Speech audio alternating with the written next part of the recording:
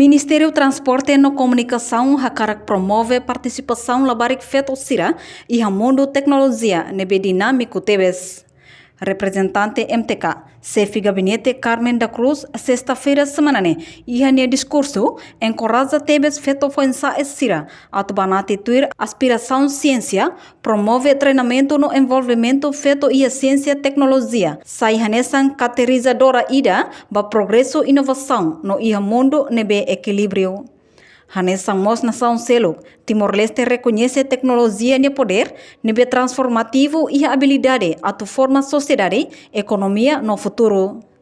Foi ensaiar sira, atu halai tuir sira de aspiração, sira de meio. E a essência promove treinamento no envolvimento feto união e a ciência, tecnologia e engenharia no matemática. Sai hanesan catalisador ida para progresso, inovação no mundo ida nebe equilibrado liu. Seminário ida ne hanesan prova kusi itania compromisso atu promove aspiração sira de niona, onde promove participação labarik feto no feto foi sai sira ida mundo tic nebe mak dinâmico teves.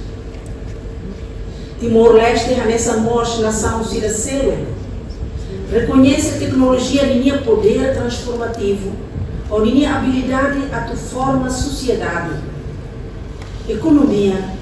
Estudante feto sira nebe ia habilidade no conhecimento inclui oportunidade laos det atu preenche lacuna igualdade de gênero nunemos lo que forte inovação ida dudu Timor-Leste ba futuro nebe decliu ia mundo tecnologia. Se empodera e tem estudante feto foi ensaiar sira com habilidades, conhecimentos, na oportunidade e a ti, lá os deita tu preenche lacuna geogrania, mas vemos lá que fonte inovação nebe maxei tudo se impulsiona e tem nação. Reportagem ser Lídia Rauso, Televisão Timor-Post. Janela informação ba Emma Roto. Atau atena informação atual dia kliu kita halua haneha butang subscribe, like, halo comentário no file butang ba media sosial hotu.